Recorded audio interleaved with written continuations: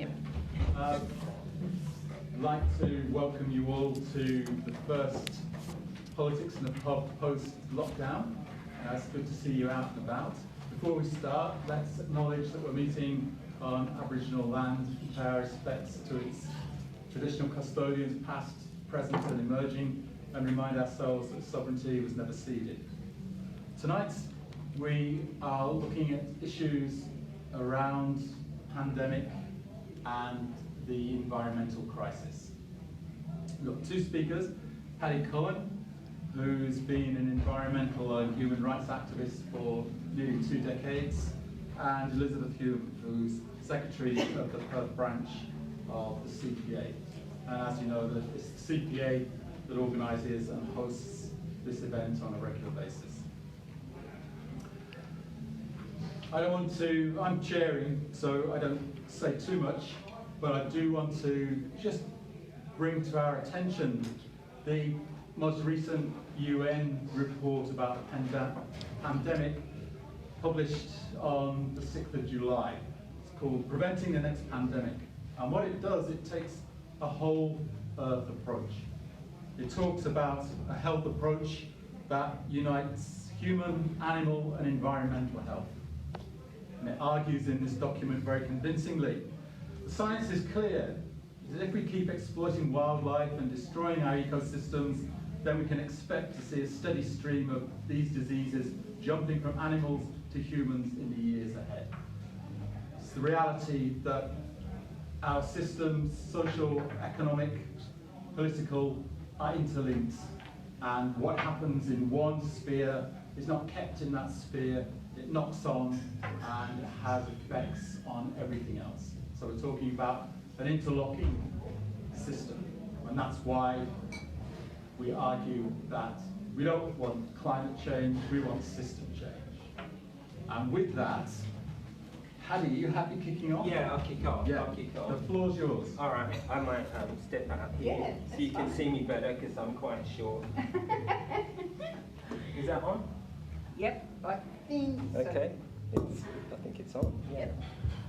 Hi, thanks for having me here today. I'd like to start by acknowledging the Wajak Noongar people, pay my respects to elders past and present, and it has been acknowledged here that we're on land that was never ceded.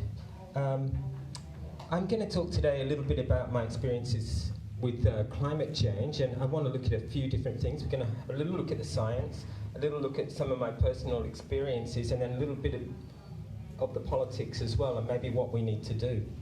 I'm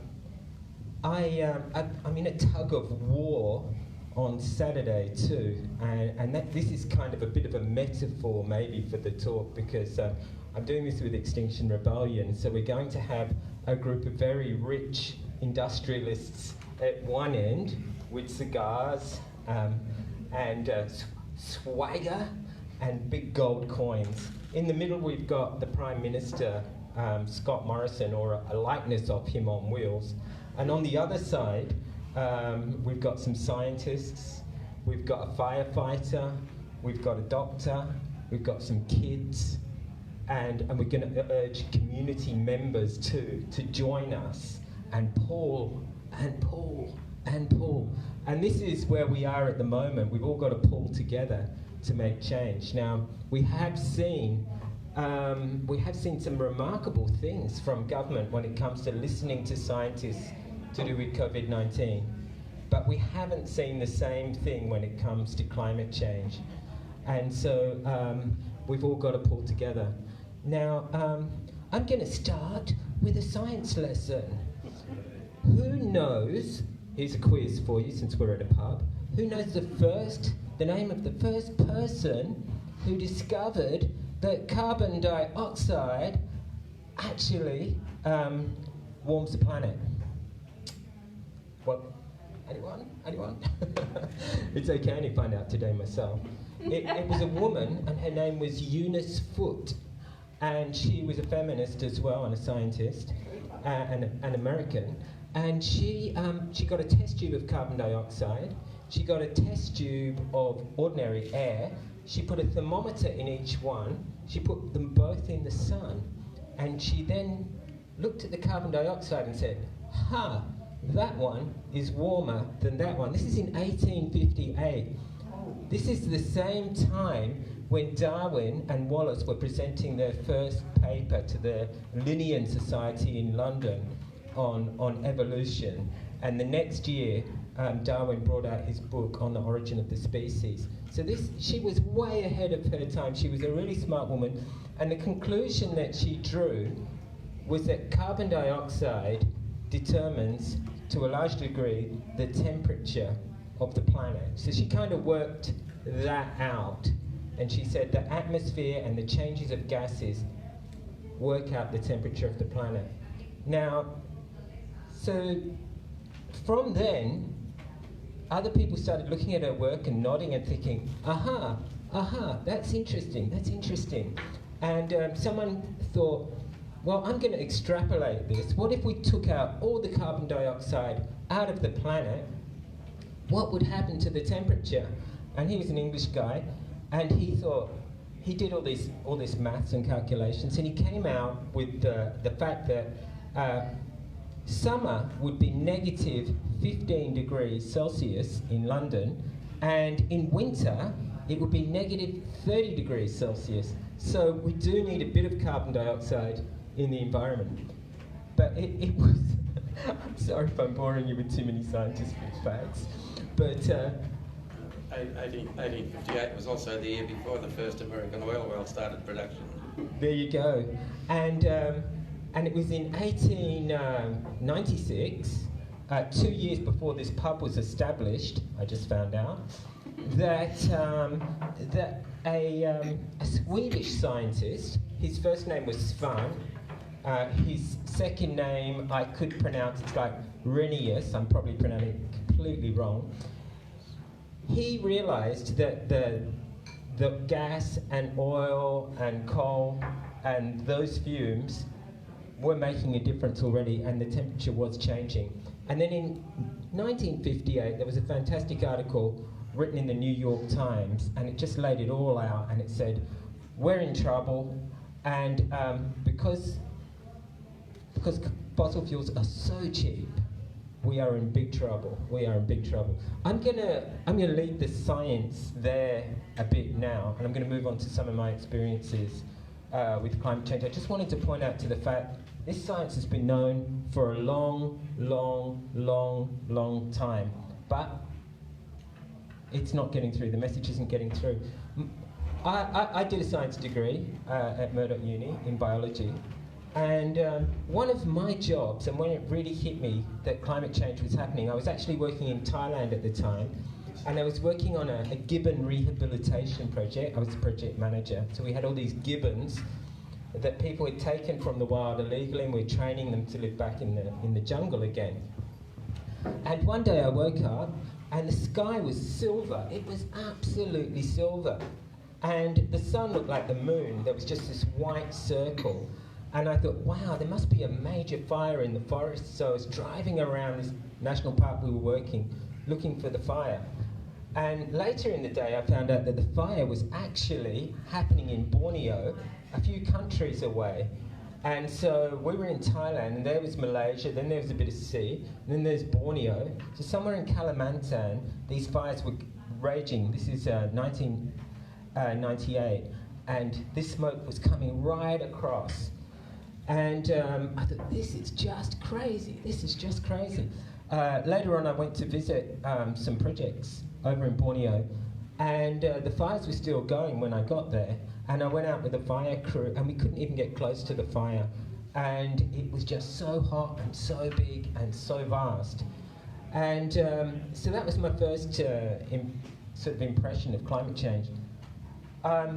Later on, I got a job with the Wilderness Society. I was the Marine Campaign Manager. And we were working on Ningaloo, and we managed to get some increased protection at Ningaloo. But 2 weeks later, an even more biodiverse reef that you've probably never heard of, in WA, in the Dampier Archipelago, was in trouble, and some scientists came to us and they said, look, we've got coral bleaching up there, we've got to do something about this coral bleaching. And we went up there, and we went up with the ABC film crew, and we went out on these reefs, and there was all these big white areas of coral reef that actually looked kind of interesting, you know. They didn't look ugly, they were just so pure and so white, but they looked ridiculous compared to the beautiful coral all around them.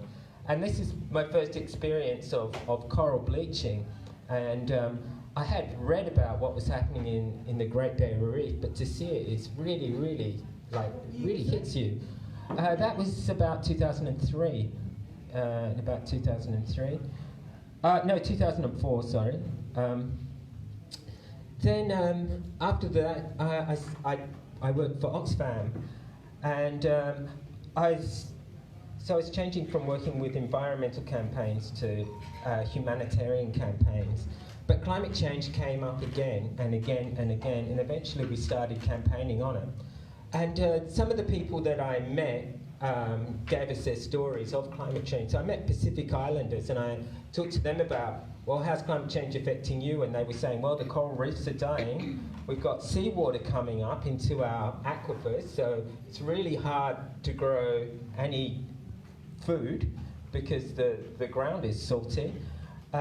They said we've had droughts, our fruit trees are dying, and we're getting these king waves coming in, washing away our houses, washing away some of our ancestral land, including some important, this particular guy, David, he'd lost the place where his grandfather and his great-grandfather and his great-great-grandfather and his great-grandmother and so on had been buried, and this was really important to him. And they were going to move their village inland, and they were on an island which was big enough where they could move it inland, but some islands aren't that big. So I also met some people from South Africa, some women from South Africa working on a Women on Farms project, and one of the things we were doing was helping women get access to land so they could grow food.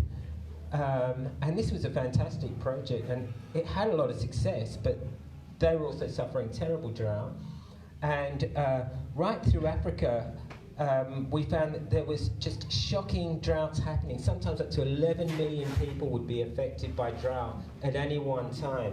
And in the Middle East, places like Syria, the war in Syria came after a 5-year drought when people were protesting about the treatment they were getting. The farmers were protesting. And so the government started getting violent with the protesters, and eventually it started this civil war over there. So climate change is already being affecting the world, and it's not affecting the rich countries as much, or it wasn't back then, but affecting those that have contributed least to the problem. So after Oxfam, I did a year or so, a bit over a year, with the Conservation Council of WA, and we were working on more local areas. And I sort of got more into the local politics of it all. And I was doing quite a bit of work in Rockingham, and one of the reports that I came across said that 50 areas in WA could be inundated in a very short period of time. The Rockingham area could be inundated in as little as 5 years, including the office of our Premier there. And we did a number of stunts there. We were standing in the water, we showed films on the beach, David Attenborough films, and we even jumped out of aeroplanes with CO2 molecules and then dove under the sea with these molecules because we were trying to point out that CO2 must take a dive. Now, okay, it's not a very good pun, but the fact is we're not doing enough, and WA is one of the worst offending states. So what we have in WA is just this situation of gas companies and their personnel getting jobs in government, and government people getting jobs in the gas companies, and there's a tight group there, and it's really hard to break that group. These companies pay almost no tax, sometimes zero tax altogether. they pride themselves that they're making billions of dollars, and they're causing huge amounts of pollution. Now, we were campaigning because we wanted them to offset their pollution. And we said if they offset their pollution into a fund, this could employ thousands and thousands of people. It would only cost them a tiny fraction of their profits. And we lobbied the EPA, we protested outside of the EPA for this. And eventually the EPA did say, yeah, okay, fair enough, maybe they should offset their emissions. That would be a good idea. But then the CEOs of the two major companies, Woodside and Chevron, went down to the Premier and shook their head and said, no way.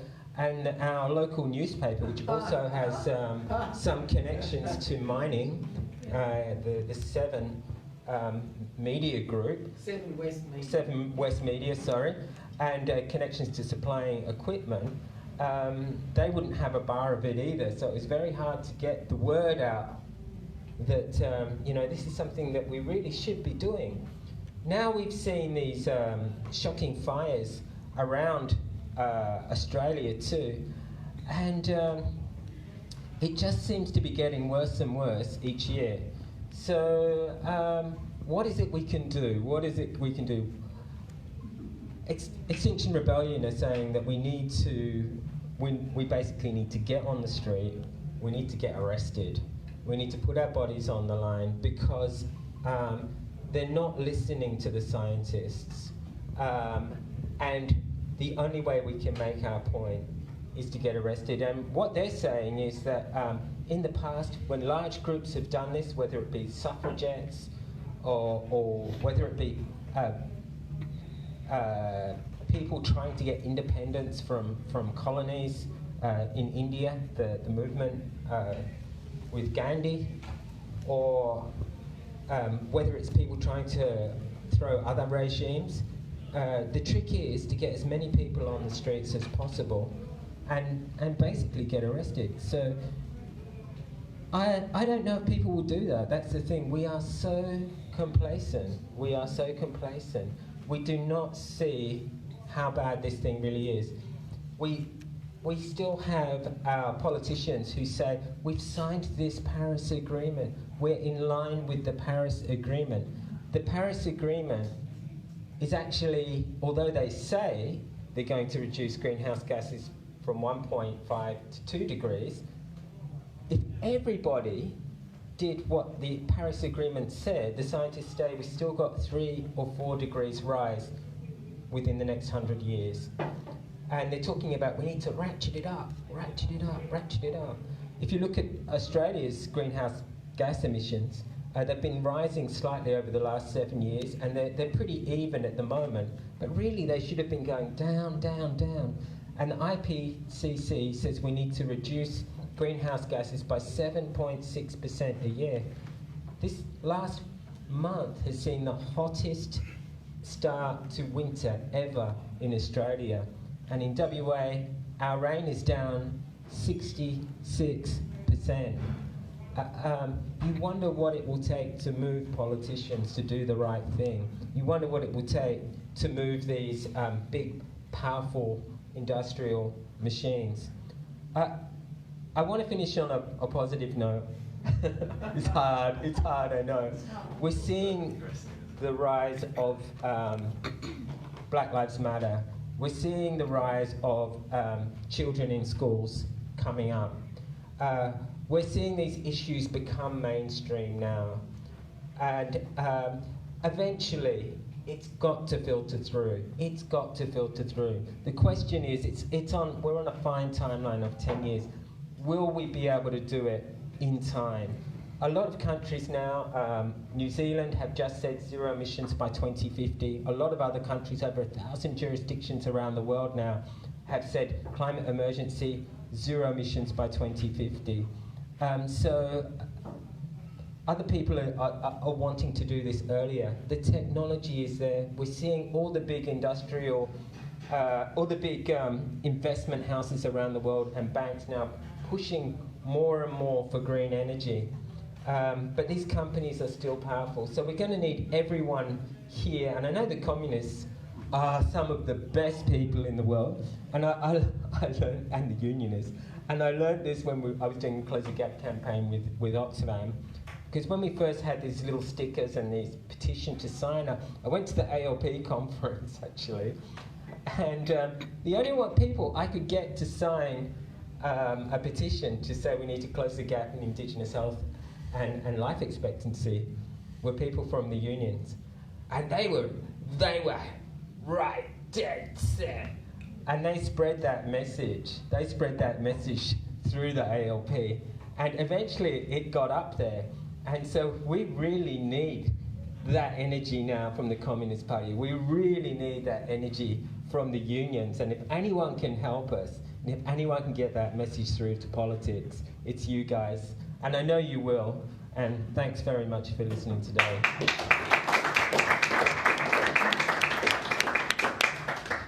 I perhaps don't need the microphone, but if you think that I need it, then please indicate to me. I'm going to remain sitting, even though I'm short, because I do have some notes. I'll probably follow not quite the same pathway as Paddy, but very similar. We'll probably have a difference on where the movement is at the moment and what I think it should be at the moment. But anyway, I want to start on a sort of positive note, really. First of all, I want to acknowledge that we're meeting on the land of the Whadjuk Noongar Whadjuk and pay my respects to elders past, present and emerging. I also wanted to acknowledge that the environment and natural resources are a common heritage of us all. And we should never forget that. And so the protection and conservation of natural resources as a property of all people is important, and it's something that we should be aiming for. And one of the things, I want to first talk about COVID-19, Sai. I know there's been a lot of discussion about that. But there's some very positive stuff, as you hear people all the time saying, this aspect of it's awful, but we've noticed this is good. So you get people saying, well, I've got a lot more contact with people now through Zoom meetings that I didn't have before and all of those things. But COVID-19 should give us great hope that we can make changes, significant changes, to the problem that we have today. And COVID-19 has shown us that.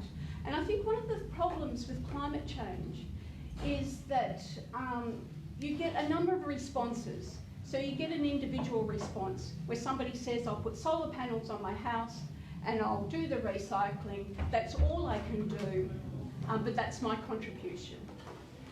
And I don't want to devalue those contributions at all, because they're very important, but they're not going to resolve the problem.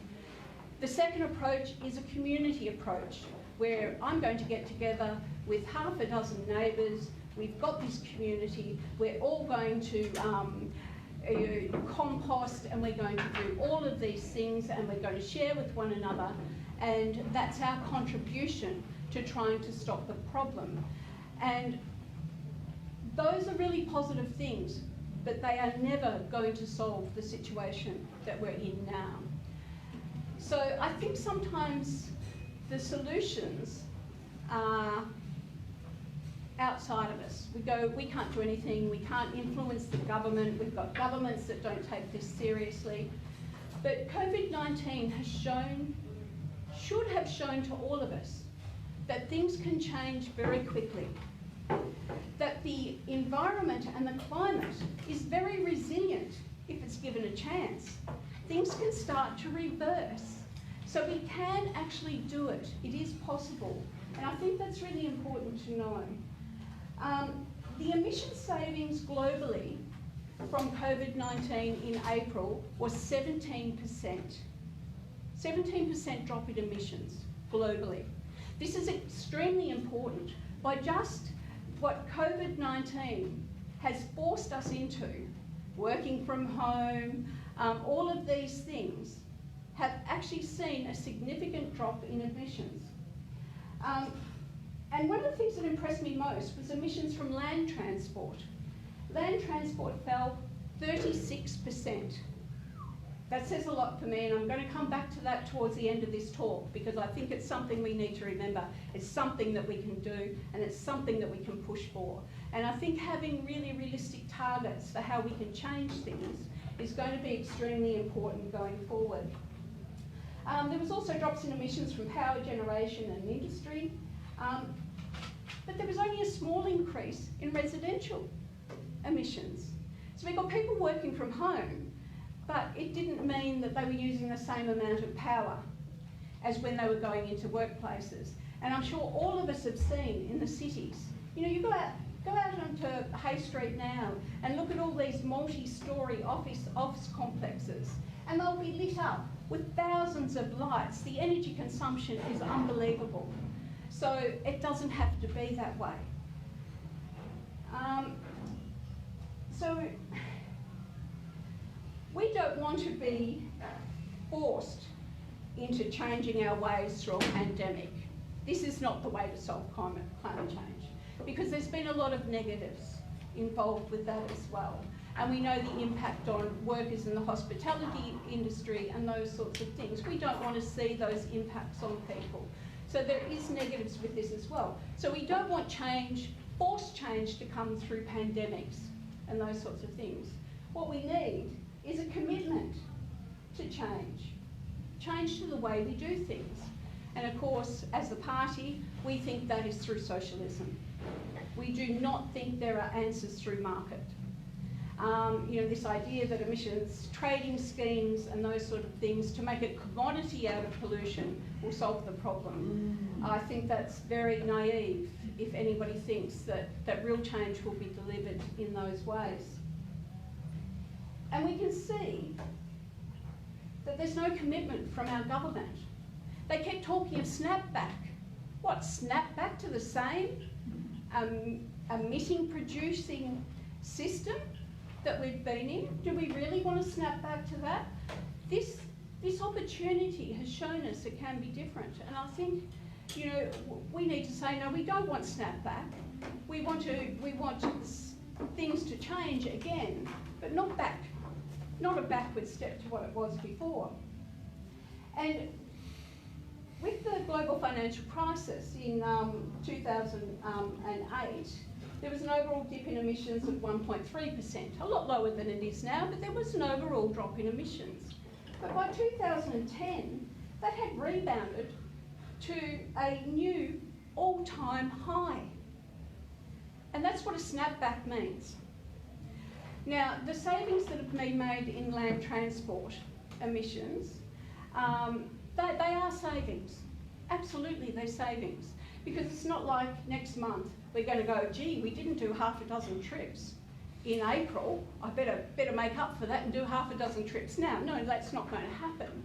So those emissions are savings, but they're an aberration. They're a one-off saving. And the real danger is that our government will use those drops in emissions to say towards their target of what they need to do, so that they can continue business as usual and not make any changes and not do anything. This is a huge danger for us right at this moment. And we can see that that's most likely what is going to happen from the government. And I am going to read this bit, because under the cover of COVID-19, the government has been making decisions. A progression of environmentally destructive policies, probably in every state, but certainly in New South Wales and Victoria. And, sorry, I'm just trying to find my place here, but anyway, and climate summits were postponed. Here it is. During this time, a number of environmentally destructive policies have been progressed under the cover of the crisis. In New South Wales, the state government recently approved an extension of the longwall coal mining under the Woronora Reservoir. And a suspension of Parliament meant that this went through with no debate. So community concerns about the risk of water pollution due to this extension went completely unheard. In Victoria, they lifted their moratorium on drilling for onshore conventional gas reserves. All Fracking. No, I guess conventional. Yeah, but if you don't say That's not fracking. conventional Yeah. gas reserves, yeah. So you can see, where is the government's commitment to actually making real change now? They've actually used this crisis, well, we're all distracted by a crisis, to do further environmental damage, to actually not do what's needed to address the climate crisis. This is a real concern, but it's a real indicator for us about where this government is at, as if we didn't know it before, but this confirms what we already knew. But it's not just happening in Australia. Climate summits have been cancelled everywhere. The rest of us have all managed to do our meetings by Zoom and all those other things, but climate crisis summits can just be cancelled globally. And there's a number of them that have been. And even worse than that is that some countries are using the pandemic to call for abatement policies to be delayed, to relax enforcement. And of course, no surprises, in the US, they're calling for penalties to be lifted for companies that fail to comply with federal monitoring or reporting requirements if they could attribute their non-compliance to the pandemic. Well, we know what it's like when corporations self-regulate and all of those things. They will do this very easily. The US has also rolled back on the car emissions rules, and that was central to their greenhouse emissions policy. And they've peeled that back. So during this pandemic, any moves to improve the situation for the climate have actually rolled backwards. So you can imagine what a snapback is going to mean. It's going to be like the global financial crisis, where a snapback doesn't mean just a snapback to what it was before. It means a snap back, and we're going to increase our emissions rather than reduce them. And we'll go back to the savings in road transport and say, oh, well, there it is. There's our emissions reduction as we ramp things up in other ways. So there's a deep incompatibility between action on climate action and capitalism, with its never-ending pursuit of profit. The necessity for the economy to continuously expand to an unavoidable crisis. It's ad hoc, it's unplanned, and not only that, it's indifferent to the crises that it produces. Capital can't even control itself through its own laws. The free market economy and its failures have been well and truly exposed by this pandemic in more ways than one. But absolutely it's showing that it's a failure with the climate crisis as well. And climate change is not just an environmental issue, it's a fundamental crisis for civilization and for human survivability. And now I do want to touch on some of the science around it, because initially there was a lot of scepticism about the science. And the nature of the science, and I'm not talking about a long time ago, I'm talking about the recent history, was that because there were not all the measurements that were required, that modelling was done. And so people were very sceptical about modelling. And modelling produces a worst case scenario and a best case scenario. But that modelling's gone on now for a very long period of time. And while that modelling has happened, we've been collecting real-time data. And we can look at the real-time data and the models, and we can assess how good those models are. And what's extremely worrying is that the worst-case scenarios, that the real situation is often worse than the worst-case scenarios. Yeah? So the modelling, we should have trusted the modelling all along, because they were being conservative, often, in their predictions. I wanted to touch on something that a lot of people may not have heard of. It's just starting to make the media a little bit now, and that is something called wet bulb temperature. And a wet bulb temperature is takes into account temperature and humidity. And there is actually a range in which human beings can survive with wet bulb temperature. It hasn't got a lot of attention because scientists were measuring it over, averaging it over large areas and over periods of time. And so they didn't think this would be a problem for us for another 70 years, which is why a lot of people probably haven't heard a great deal about it. They've changed the way that they're now monitoring that situation. And what they're finding is the wet bulb temperature at which human life can't survive is already happening now, but it's happening in short periods in very local places. But it's actually doubled since the 70s, the number of those incidents that have occurred. So now, wet bulb temperature, why it's important. As human beings, we're very adaptable to many climates, and a mechanism that we have that makes us so adaptable is that we sweat. So when we get too hot, we sweat and it cools our bodies down. And that sweat that we produce is absorbed by the atmosphere. When you get a certain level of wet bulb temperature, the atmosphere will no longer incorporate your sweat. So you can now no longer cool your body by using that mechanism. And so even a very fit person in the shade at a wet bulb temperature of 38 will die within 6 hours. Because what happens is that your body starts to shut down. So what we're looking at is that there's going to be tracts of land where human life can no longer be supported.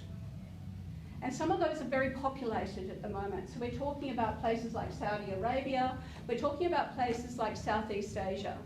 So these are our neighbours, this is our region. And we're talking about people who will no longer be able to survive there. Places where human life has survived for 6,000 years, 600,000 years, whatever, will no longer be able to survive in those areas. So we're going to have millions of people displaced. Very lucky we're in a developed country, because at the moment we can use air conditioning, and we have that in front of us. Of course, air conditioning consumes a lot of energy, but in developing countries where people don't have access to that, it's critical to their lives.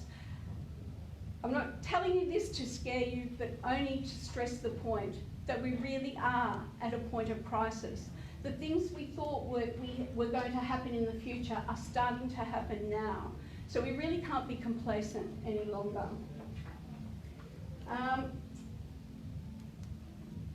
The media has some success in communicating about climate change, not a great deal, a little bit. But they very rarely put before people any solutions. And I think that's been part of the problem, and that's why I go back to the COVID, that we have seen that things can reverse very quickly. This is a wonderful thing. We should get great hope out of that things can change very quickly. So we shouldn't be depressed about the crisis I just put before you, because there are things that we can do. We can change it, but we have to live differently than what we're living now. So I think a good illustration about how different things can be, because there are examples existing in the world already today about changes being made, so we know that it's possible to make these changes. COVID has enforced certain changes on us, and I'm going to come back to that again towards the end of the talk. But I want to just look at some socialist countries now and what they do. So in 2008, and people might sigh at this because I know people see China as being a huge polluting country, but I do want to say just one thing. Highly developed countries took their manufacturing to China to access cheap labour and all sorts of other things. And so, but they're not the consumers of all those goods. We are. And so, let's say some of those emissions belong to us, because they most certainly do. because otherwise that manufacturing would be happening here. But in 2008, the Chinese government switched to a proactive stance on climate governance and low carbon development. And NASA has reported there's 2 countries in the world where the greatest greening is happening, China and India. Now, in India, 82% of the greening can be attributed directly to food production. In China, 42% of its contribution to global greening comes from programs to conserve and expand forests. So they're already doing the things we know we need to do.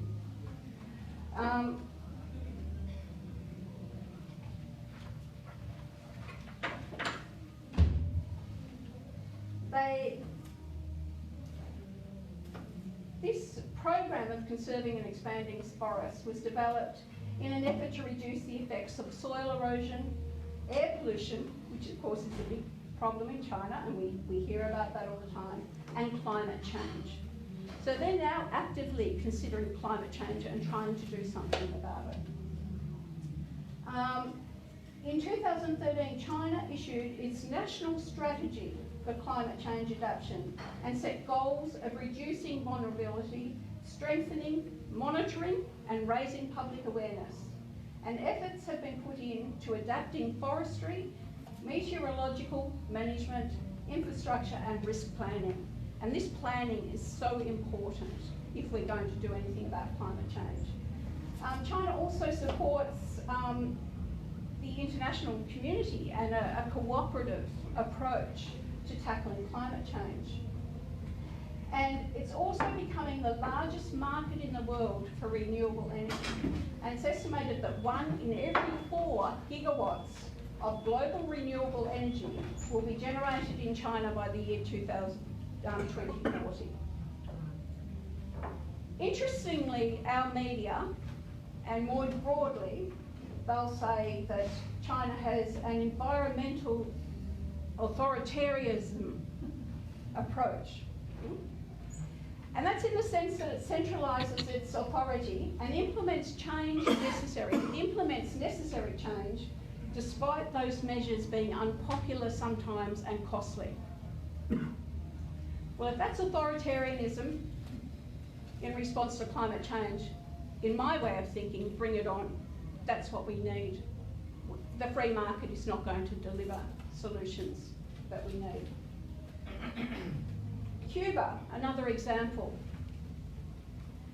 In Cuba's recent constitution, they developed a new constitution recently, it added the inclusion that it will promote the conservation of the environment and the fight against climate change, which threatens the survival of the human species.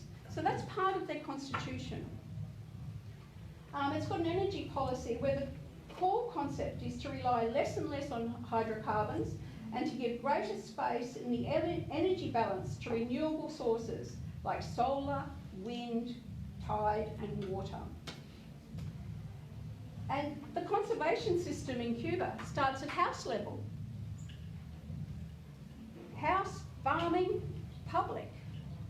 So at the house level, there was a program introduced by the Cuban government that went to every single household in Cuba and exchanged light bulbs so that they had energy efficient light bulbs, that exchanged appliances.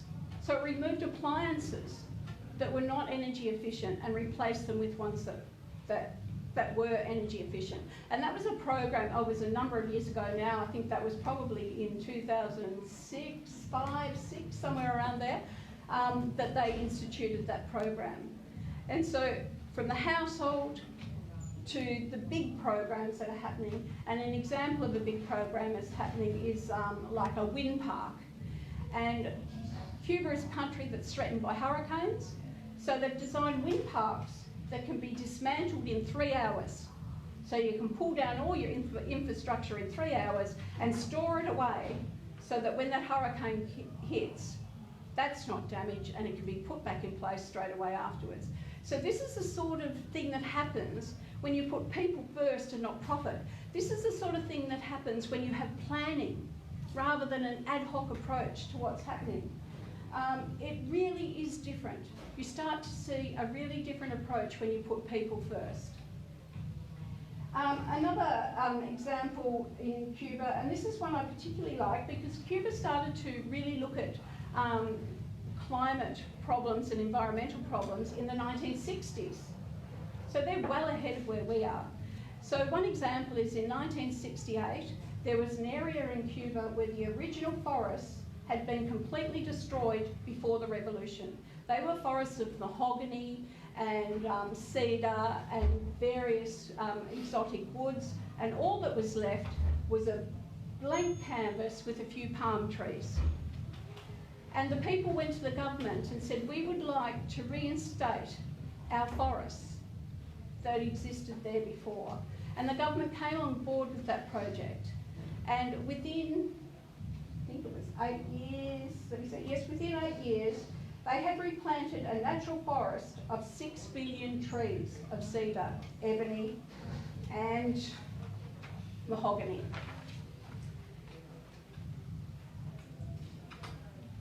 In addition to that, the Cuban government said, well, hang on a minute, that's great, you want to reinstitute this forest, but we also have a problem with food production. So they set up a program where there were also food trees incorporated into the natural forests that existed before. And those communities now feed themselves out of those forests. So was that Las Terrazas? Yes. Okay. So, you know, you can see how very different the world can look when you approach it from a people-first perspective. And I'm saying people first, not environment first. Because if you put people first, it's natural to look after the environment that they exist in. So things can be done differently. This is, to me, this is all really positive stuff. Of course, we're well behind.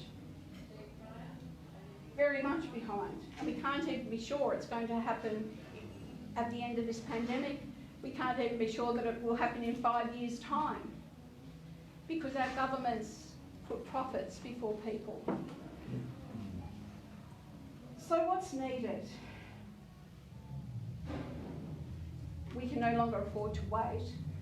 I think that's a reality. And that's, I think Paddy stressed that quite well, that that's a reality. So we need to build a strong movement. And really we need to come together as a class. The working class are the biggest class. And we actually should be, at the moment our governments work for corporations and work for the 1%. We need to get organised so that we can actually counter the government that works for corporations and the corporations and the 1%. Because they're always going to put profits before you. The position we start from is tough. And I believe the closer we get to really forming a movement and opposing the ruling class, I'm sorry, I'm going to use that term, because they are the people in the position of power, they're going to push back. And it is going to get extremely difficult for people. Now I'm going to come into the point that Paddy was making about the movement and militancy and Extinction Rebellion. I had great hope with the climate school strike. They were bringing along their grandmothers, their mothers, people who'd never ever protested in their lives became involved in that movement and what was happening. I believe there's a place for militancy, but I don't think it's now. I think we have to build a movement first, and I think if we become militant at these very early stages, then we are likely to alienate the grandmother and the mother and the person who's concerned about the 14-year-old child and all of those things. So I think it's a shame, a couple of things, that COVID-19 has disrupted that movement, and that I think a move towards militancy too soon can actually fracture those movements. I think where we should all be is union movement and everyone else, is to really come behind that high school climate strike movement. I really think we need to strengthen that movement. I think that's our greatest hope of building a mass movement. Later, when we start to become effective and they start to push back, yes, people are going to need to be arrested. Yes, there's going to have to be more militancy, and we should expect that. But if it happens too soon, it can destroy a movement rather than build it. And that's my concern, is that that could happen prematurely, and it might not actually achieve the result that we want. Having said that, we don't have a great deal of time. So the thing is to really build this movement as quickly as we can. And I think the time is now. And I don't think we should be deflected from the task. And I think there's actually things that we can use about the pandemic. So just graft onto the drop in emissions through road transport. I think we can turn around and say this should be ongoing, that people can work from home if they can, because we need to maintain that drop in emissions from road transport. Now, I know there's a lot of complications around that. We have people like mental health being alienated from one another and all of those things, and those things are terribly important. And that's where, if we're a socialist society, which we aren't, then you could see the government and the social workers getting involved and finding out what families and households need so that they can work from home, but work from home in a healthy way. So, get assistance with setting up a home office or space that's conducive to working. Free local childcare, absolutely important. We should be screaming for that. Free local childcare, so that people can either walk their children to childcare or not have to travel great distances to get them there. They can work in their homes and not be distracted by children. And their children can have that enriched environment of being in childcare, where they have teachers and people around them who can actually give them a different experience than what their parents can. I mean, these things aren't bad, and these things could be done. And I think we should be really calling for and putting pressure on our senators and people like that, and saying, look, we think this has happened out of the COVID-19. We've seen the benefit in this. We think that these sorts of things should continue, and we think it needs this support. I think we need to start educating people, because people tend not to see solutions. They see the problem, that's all. So I reckon there's lots that we can do right now. While we're directing people to work from home, it could be a temporary thing.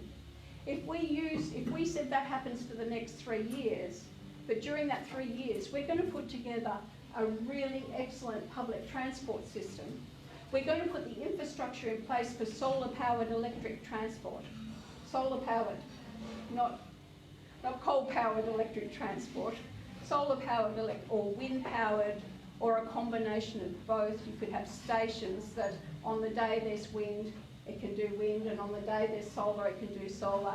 And I've most certainly seen this. I went to one workplace where there was a board at the front of the building, and it had every type of power you could imagine powered this workplace. And it told you on the board which power was being utilised that day, at that time, to actually power the workplace. So all of that technology is here. I could talk about technology as well, but I won't, because I'll keep you all here all night if I start to talk about technology and the fact that it should be in public hands and it should never be in private hands, and it should be shared freely amongst us all. We just heard the government confirm that they are going to increase the military budget to $270 million to protect us against the threat of war. Billion. Did I say billion? Yeah. Sorry, 270 billion per year. To protect us against the threat of war. Seriously, the biggest threat to us right now is the climate crisis. So what could we do with those sorts of monies? We could do all sorts of things. And not only that, we must recognise that the military is one of the biggest polluters in the world. So if we could cut the military, we could certainly reduce our emissions significantly, and it could make a real difference. So we need major infrastructure work done. We need to redirect those monies into things that put people first. And if it puts people first, it'll put the environment first. So all I can think at the moment is that we must build that mass movement in some way that brings everybody along, not just pockets in the community. Somehow we must bring everybody along. And certainly, you're right, the unions can have such a big influence, and yet they haven't been overly present in this space. Yeah. And I mean, there's sort of reasons for that, but they did start to get behind the high school climate strike, and that was a really positive thing.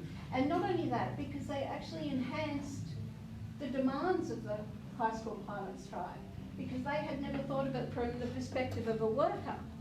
And when the unions got involved, and they said there has to be a just transition for workers. Workers still need to be engaged in their society. They still need to have productive work. It's, you know, it's a significant part of who we are, to be involved in society in that way and make contributions. So, you know, I think more work needs to be done within the union. So anybody who's in a union here tonight, please start to talk internally in your unions about the critical need for them to get behind these movements.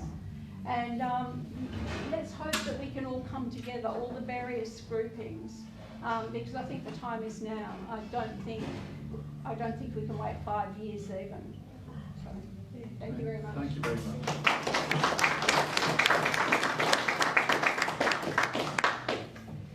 Question time. Just to, and again, as chair, I shouldn't really say this, I should be completely neutral, but I just want to add some information to the pot. And it's worth looking at things like using native grasses for grain production. Farmers that have been doing that, experimenting with that, have turned their land around in a decade. Marine biologists looking at marine parks are doing the same, or observing the same kind of phenomenon. Change can happen in a decade. Some really enthusiastic marine conservationists have been talking that it would take, and in the history of time, this is a fraction of a second, it could take 30 years to restock the oceans to the levels that they were at before the Industrial Revolution. So the solutions, we know the solutions, we're starting to have an understanding of time frame to remediate and to fix things. We need to be positive, we need to talk about solutions, as both the speakers have said, rather than the horrors all the time. So over to you guys. Questions? Richard?